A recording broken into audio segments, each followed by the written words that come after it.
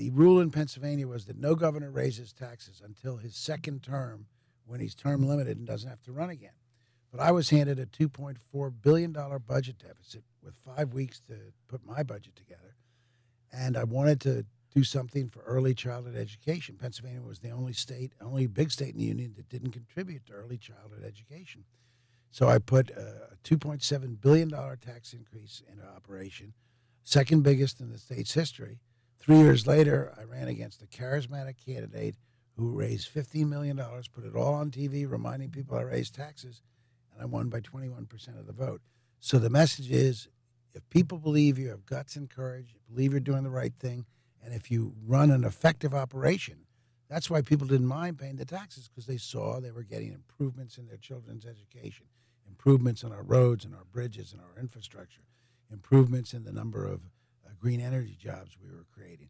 When people see that, they're not so upset that you raise taxes. Right. And the reason I mentioned Dave Cohen is because, well, first of all, when you were at a big snowstorm, he came on as chief of staff on our show. One time he had to park his car 5 blocks away from the studio and walk, and I felt so good. He said his friends from New York were driving through Philly. They heard him on the radio show. So it shows radio is powerful. But Comcast, PCN, is not funded by taxpayers' money, but it's funded by Comcast and other private business. So I think that's a great thing. So I love PCN. I know those of you who are listening to the radio, you should watch PCN. And those of you who will be watching this rerun on TV, you love PCN. That's why you're watching. But it's fantastic. But it's amazing that no state dollars. It's all at Comcast and other. And we're proud that. And Bob, go ahead.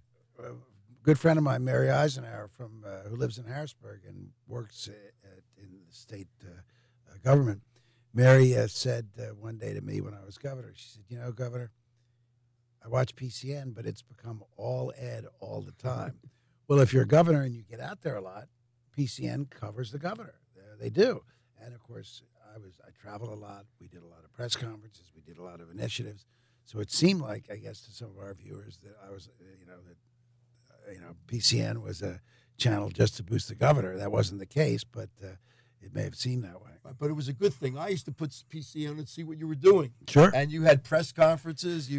They did your speech once. We had you speak to Temple Law School, and we had PCN. Sure. They televised it, and talking about televising it, and the law school. Ed's son Jesse graduated Temple Law School. We're proud. I was there. He gave the speech at the law school.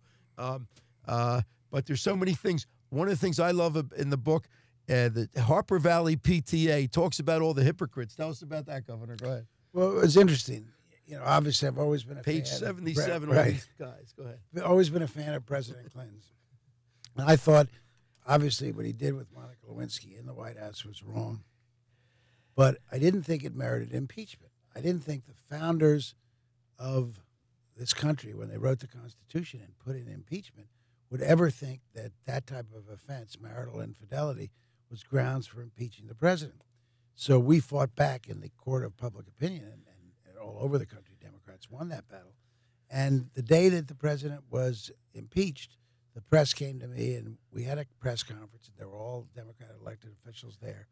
And I started out, I sent one of my detectives out an hour before the press conference. I said, see if you can find a tape. Those were in the days when we had cassette tapes.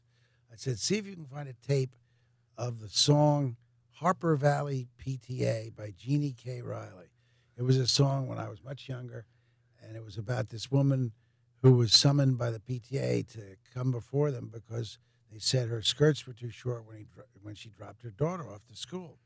And she appeared, and then she let the members of the PTA board have it, pointed out that this one guy was a married guy, and he had asked her out, pointed out that another guy had to be carried home drunk most nights because he was a drunk, went through the whole group and then called them a bunch of Harper Valley hypocrites.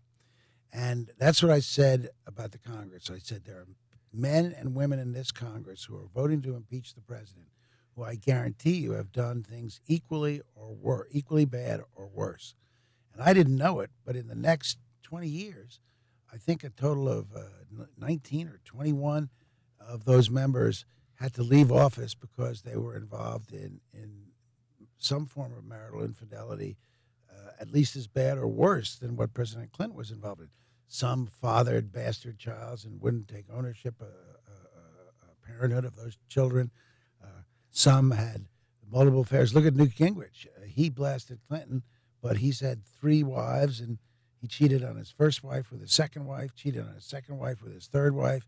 And again, I'm not saying that stuff makes you a bad person or unfit for office, but I'm saying all these people who condemned Bill Clinton in their speeches and who voted to impeach him turned out to be nothing but Harper Valley hypocrites. Right, and what I like about the non-wuss Rendell, he named these people: Newt Gingrich, Henry Hyde, John Ensign, Larry Craig, Steve Bob Barr, Robert Livingston, Dan Burton, all Harper Valley hypocrites. And it was, I recommend you get the book and you'll read about it. But you mentioned how the ambassador from Italy said they shouldn't be so. The ambassador from Italy go ahead. Said when Bill Clinton, with the stuff about Jennifer Flowers came out in the primary, he was having dinner with me and he tapped me on the shoulder and he said, "Can I ask you a question, Mayor?" I said, "Sure." He said, "What, with all due respect, what's wrong with your country? This young governor, they say he's eliminated from running for the presidency because he had an affair with this woman Flowers." He said, "In my country, we would think that made him more vigorous." And I tried to explain to him that we had we have a different set of values and mores. But again, I don't mean to say, Bob, that those people that I listed were bad people or unfit for office because of their infidelities. I just meant that they were hypocrites to vote for impeachment of the president when they were in the midst of doing things that were equally bad or, in many cases, worse. Right, and you talk about in the book a lot of the wusses. Like business leaders could be wusses. Newt Gingrich could be a wuss. That guy, Congressman from Virginia, Cantor, could be a wuss. Well, let me give you the Newt Gingrich example. Go ahead. And I don't mean to pick on Newt because I think he's Ryan. a very bright guy. But Newt came out after Congressman Ryan released the famous Ryan budget. Newt came out, I think on a Monday, and said, "This is a joke. It's radical social re-engineering." And I think that original comment by Newt was right on the mark. But then Newt that afternoon got pilloried by the conservative talk show hosts, by Rush Limbaugh and others, by Fox News that night. So the next morning he had an epiphany, and all of a sudden he said, "I was wrong, and the Ryan budget is exactly what this country needs." So I said in the book, I said, "Come on, Newt. Did you have a vision? Did the Lord come to you at night and say the Ryan budget's really good?" No, of course not. You got criticized for it, and you wimped out. You became a total wuss. And that's about as bad an act of wussydom as I think anybody has done in politics. But there are tons of other acts. I have a chapter that I particularly like I said, because of my love for Dave Letterman, the top 10 reasons why politicians are wusses. And there are some funny reasons, failure, refusal to debate, refusal to make a speech when you know there are protesters in the crowd, taking credit for something that you voted against. The Republicans skewered President Obama's stimulus plan. They skewered it. They called it this terrible. But if there was a bridge that was being repaired and they were cutting a ribbon to show the newly repaired bridge, the same Republican congressman who voted against stimulus, who criticized stimulus, showed up to sort of take credit for this bridge being redone when it was redone 100% by stimulus money. This is Bob Rovner. Every Friday we're with you. We're proud to have Governor Rendell. You must get his book, A Nation of Wusses. You must see the summary of the book in the Philadelphia Magazine. Has some pictures. Now, Governor, one of the chapters I love the best in the book also, I loved all the stuff about the Clintons, about the Gores we can get to. But first I'll ask you infrastructure. It was so, as when you were governor, I was so proud that you and Michael Bloomberg and Governor Schwarzenegger would get together in a bipartisan manner, and you put in the book why we should spend $200 billion a year. Additional $200 billion. Right. Our infrastructure is falling apart, Bob. Everyone knows that. Our bridges are collapsing. Our pipelines are blowing up. It's because it's old, decrepit. It's endangering our public safety. Our quality of life is screwed up with all this congestion. But worst of all, it's hurting our economic competitiveness. because goods movement and the price of goods movement often determines which countries have the most robust export economy. And we are getting killed. The World Economic Forum rated the U.S. infrastructure in 2003 as number one in the world. Last year, it rated us 16th in the world. It rated our rail transportation 18th in the world, our port transportation 22nd in the world, and it rated our air transport 32nd in the world, behind countries like Malaysia and Chile. It's really a joke how we've let our infrastructure erode. And the best thing about infrastructure repair is it puts people to work. There are statistics that show for every $1 billion of infrastructure spending, 20,000 jobs are created. And that means that if we spend an additional $200 billion, we'd be creating 4 million well-paying jobs that can't be outsourced, that have to stay in America, jobs at the bridge site or the road site, jobs back in the factories that are doing steel and asphalt and concrete and the like. But why haven't we done it? Well, because infrastructure is not on everybody's radar screen. We're trying. And because my friend Mika Brzezinski from Morning Joe, she says infrastructure is the least sexy word in the English language, and she may be absolutely right. I have to tell you a story that Arnold told when we had our first press conference announcing the organization. The three of us were there, and the mayor spoke, I spoke, and then Arnold spoke. And Arnold told a story about his then 8-year-old son when he was listening to the TV about this new infrastructure organization. His 8-year-old son said to him, "Daddy, what's infrastructure?" And Arnold said he told him, "Oh, it's what Daddy blows up in the movies." That's funny. Which is a great story. That's a great story. So that's a great chapter, and Ed Rendell explains it well. A fantastic book. Now, you mentioned a couple people that mentioned Arlen Specter, who we had on for an hour a few weeks ago. He just wrote a new book. But I think we'll get to Arlen, but he's an example of the non-wuss. And you put in about the Profiles of Courage book that President Kennedy wrote. But the point is, like you said the other night, I'm a groupie for Rendell. I went to the library the other night to see him. Like you said, Ted Sorensen wrote that book.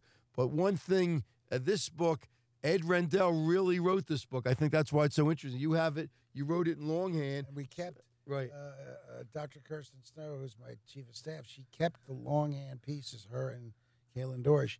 She kept the longhand sheets just if anybody in the press, and it might not surprise any of us here that the press can be a little cynical, but if the press questions whether I had a ghostwriter, we can show them the pages in my longhand. It was very hard on Kaylin and Kirsten to type them because my handwriting is awful. The only thing I do well is I sign my name very legibly, but other than that, it's terrible. But, yeah, I wrote it myself. What I did do, Bob, is I got some of the people I work with in the DA's office, I work with in the mayor's office, I worked with when I was governor, and some of the people who worked with me when I was Democratic chairman. I took them all out to dinner in a private room one night for about 4 hours, and we told stories. And I took down little notes reminding me of the stories that I thought were worthwhile to put in the book. Great idea. Yeah, it was. Great. Yeah, and we also had a great deal of fun. That's amazing. Now, tell us your story. You have a story, Al Gore, how you were uninvited to a party. Tipper Gore called you late at night, uninvited to a party that you weren't even invited to, but she was upset because I think they were really upset because he lost the election, but it wasn't your fault. Well, it was the night of the Supreme Court making its decision in the Gore v. Bush case. And at about 10 o'clock, the Supreme Court released an opinion in which it said that they were not allowing the Florida Supreme Court to conduct the recount. And the next day, the electoral votes had to be reported in. So it was clear that it was over, that George Bush was going to be president. He was going to get Florida's electoral votes, and he was going to be president.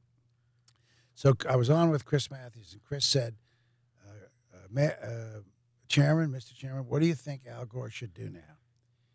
And again, I answered this question honestly, and I regret it. But let me tell you what I said, and I'll tell you why I regret it. I said, look, this decision is final.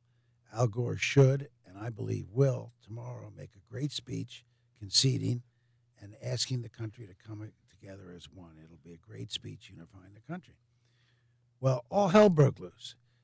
Within 15 minutes, there was a statement put out by the Democratic National Committee board disavowing me and saying I wasn't speaking for the Democratic Party.